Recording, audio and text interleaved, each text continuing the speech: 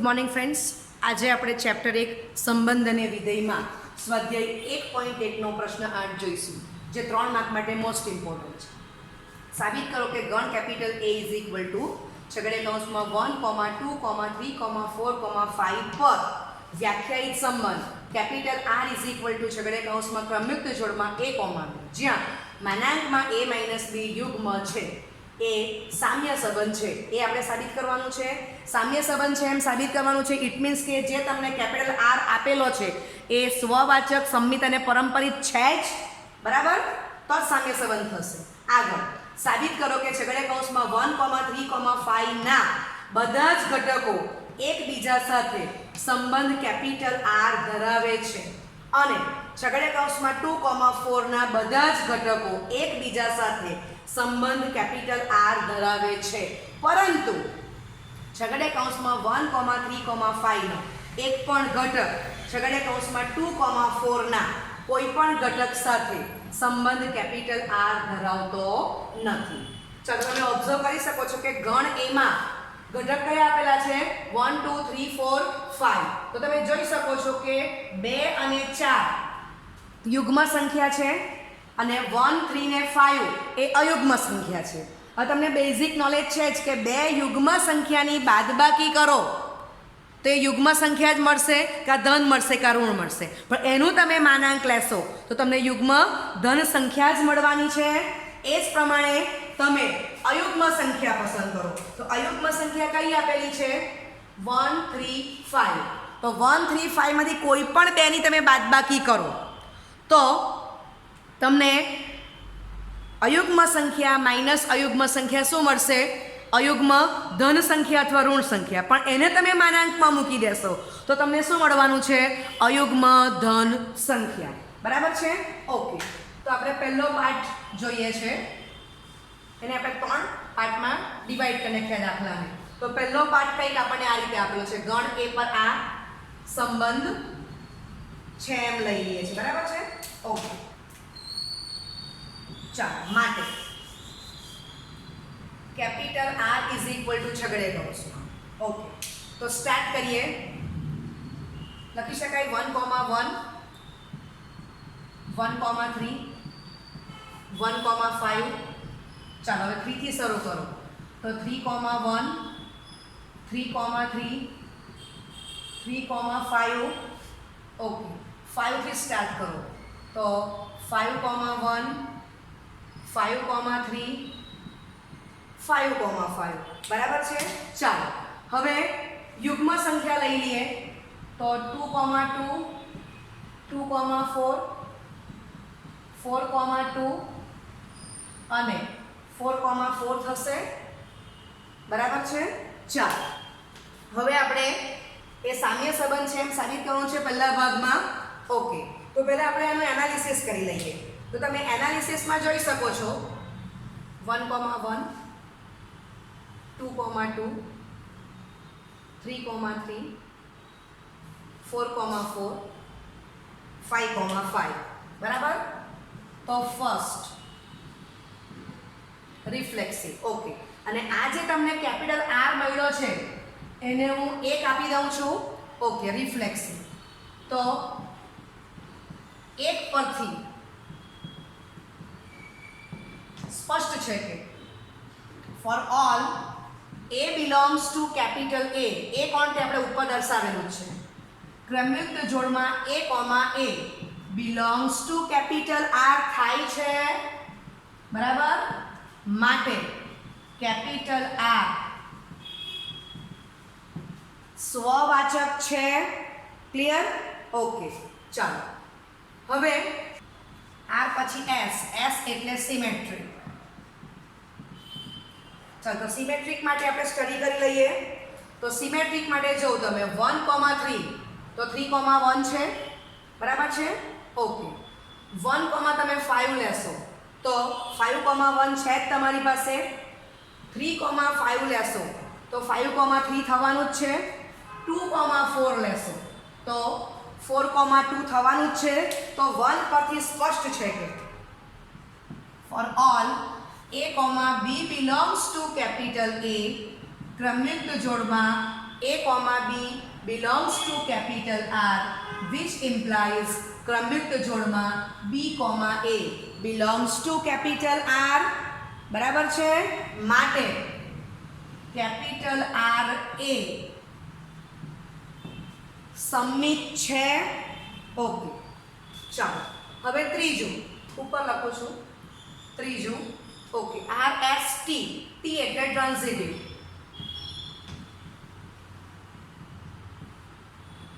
For all A, B, C belongs to capital A. ક્રમયુક્ત જોડમાં A, B belongs to capital R. ક્રમયુક્ત જોડમાં B, C belongs to capital R, which implies ક્રમયુક્ત જોડમાં A, C belongs to capital R થવું જોઈએ. બરાબર છે? Okay, આ આપણે બતાવવાનું છે. હવે તમે જોતા જાઓ કે 1, 1 belongs to R છે, 1, 3 belongs to R છે, તો which implies 1, 3 belongs to R થવાનું જ છે. ટૂંકમાં તમે આ પેટર્નમાં આ જે પક્ષ આપ્યો છે એ પેટર્નમાં તમે કોઈ પણ બે ક્રમયુક્ત જોડ લેશો તો which implies ક્રમયુક્ત જોડમાં A, C A belongs to R આવવાનું જ છે. એટલે હું અહીંયા લખી દઉં છું કે કેપિટલ 1 પરથી આ 1 રિઝલ્ટ છે, 1 પરથી સ્પષ્ટ છે કે for all A, B, C belongs to capital A, B belongs to R, B, C belongs to capital R, which implies A, C belongs to R સત્ય છે કે થાય છે. બરાબર? તેથી કેપિટલ R પારંપરિક છે. સમજાય છે? કોઈ પણ તમે લેવ, ધારો કે તમે 5,1 લેવ તો બીજી પર 1,1 લઈ શકાય, અથવા તો 5,1 તો બીજી પર કે 1,5 પણ લઈ શકાય. તો which implies જે ક્રમયુક્ત આવશે belongs to R માં આવવાની છે. તમે કોઈ પણ બે આ પેટર્નમાં લો તો આવવાનું છે. ઓકે, માટે કેપિટલ R A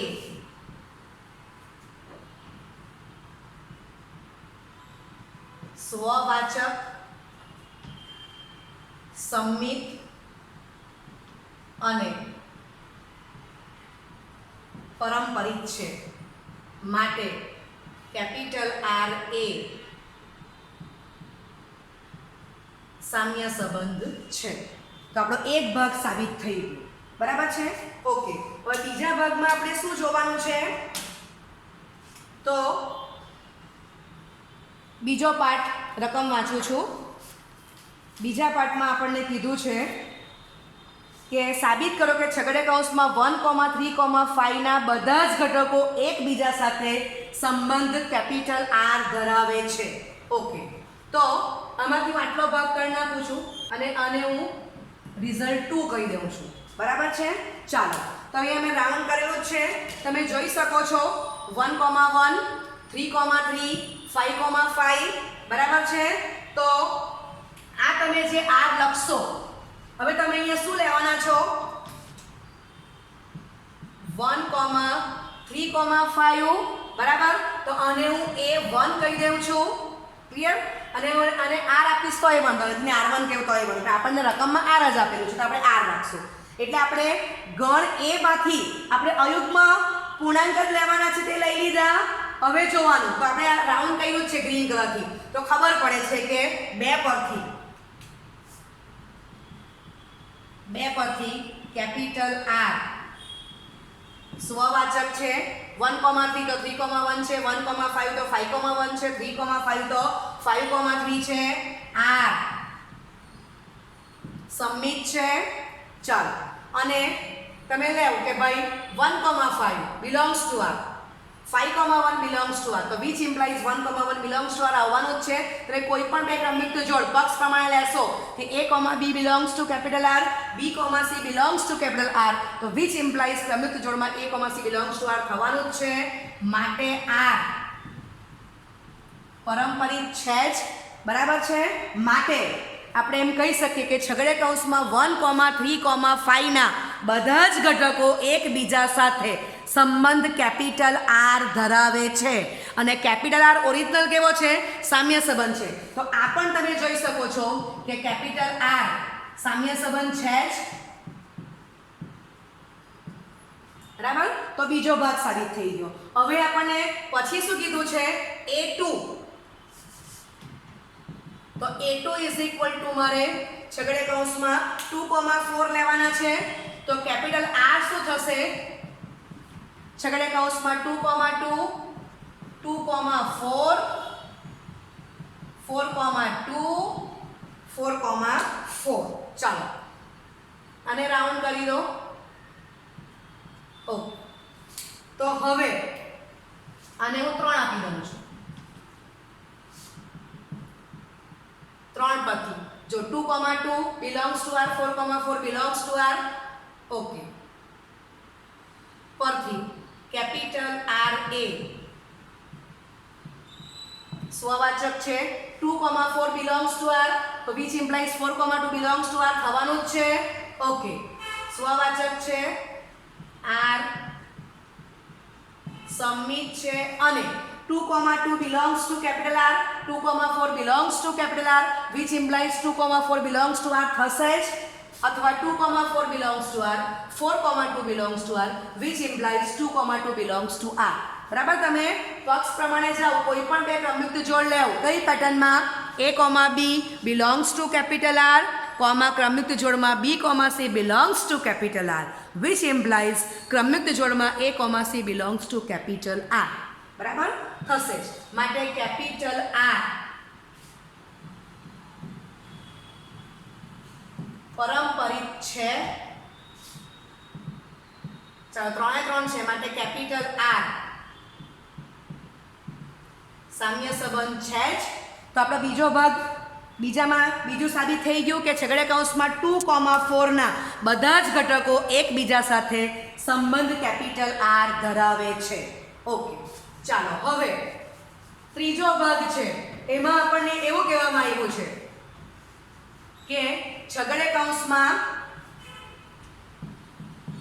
1,3,5 નો કોઈ પણ ઘટક છગડે કૌંસમાં 2,4 ના કોઈ પણ ઘટક સાથે સંબંધ R ધરાવતો નથી. એટલે તમને એમ કહેવા માંગે છે કે તમે એક અયુગ્મ સંખ્યા લેવ એની કિંમત, તો B તમે યુગ્મ લેવ, અથવા A તમે યુગ્મ લેવ તો B તમે અયુગ્મ લેવ, એમ કહેવા માંગે છે. તો તમને ખબર જ છે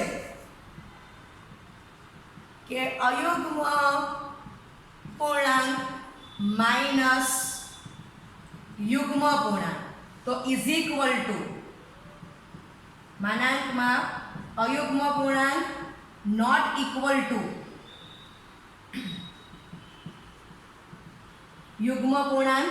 બરાબર. અને માનાંક લેશે એટલે આપણે ધન જ લખશું. એટલે આ શું આવશે?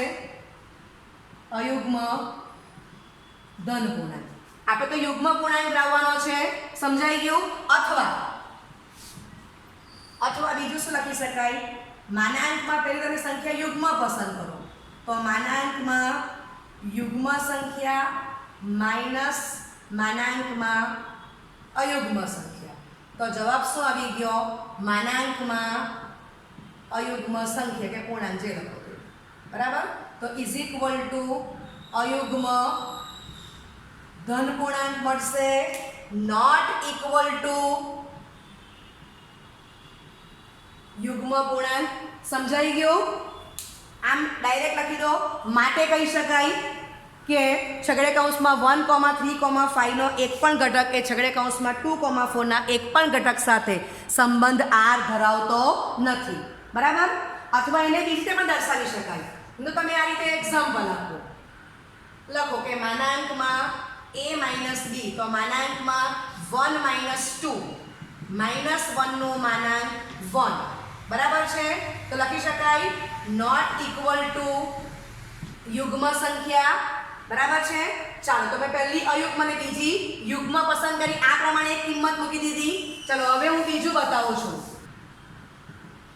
તો હવે હું પહેલા યુગ્મ સંખ્યા પસંદ કરું. તો ધારો કે હું અહીંયા 4 પસંદ કરું છું. બરાબર. અને B ની વેલ્યુ હું 3 પસંદ કરું છું. આ યુગ્મ સંખ્યા છે ને આ અયુગ્મ સંખ્યા છે. તો 1 નું માનાંક એ 1 જ થઈ ગયું. નોટ ઇક્વલ ટુ યુગ્મ સંખ્યા. બરાબર છે. આટલી બે આર્ગ્યુમેન્ટ બતાવી દો. બધા બતાવવાની જરૂર નથી. માટે પણ કહી શકાય કે છગડે કૌંસમાં 1 1,3,5 નો એક પણ ઘટક છગડીયા કૌંસમાં 2,4 ના કોઈ પણ ઘટક સાથે સંબંધ કેપિટલ R ધરાવતો નથી. બરાબર છે? એટલે કે કેપિટલ R આપણને શું આપેલું છે? ક્રમિક જોડમાં a, b, જ્યાં માનાંકમાં a - b યુગ્મ છે એમ આપેલું છે. બરાબર? ઓકે. તો ખૂબ સારો દાખલો છે. પ્રત્યેક દાખલામાં તમને પ્રત્યેક કન્સેપ્ટ ક્લિયર થઈ ગયા છે. Okay, thank you very much.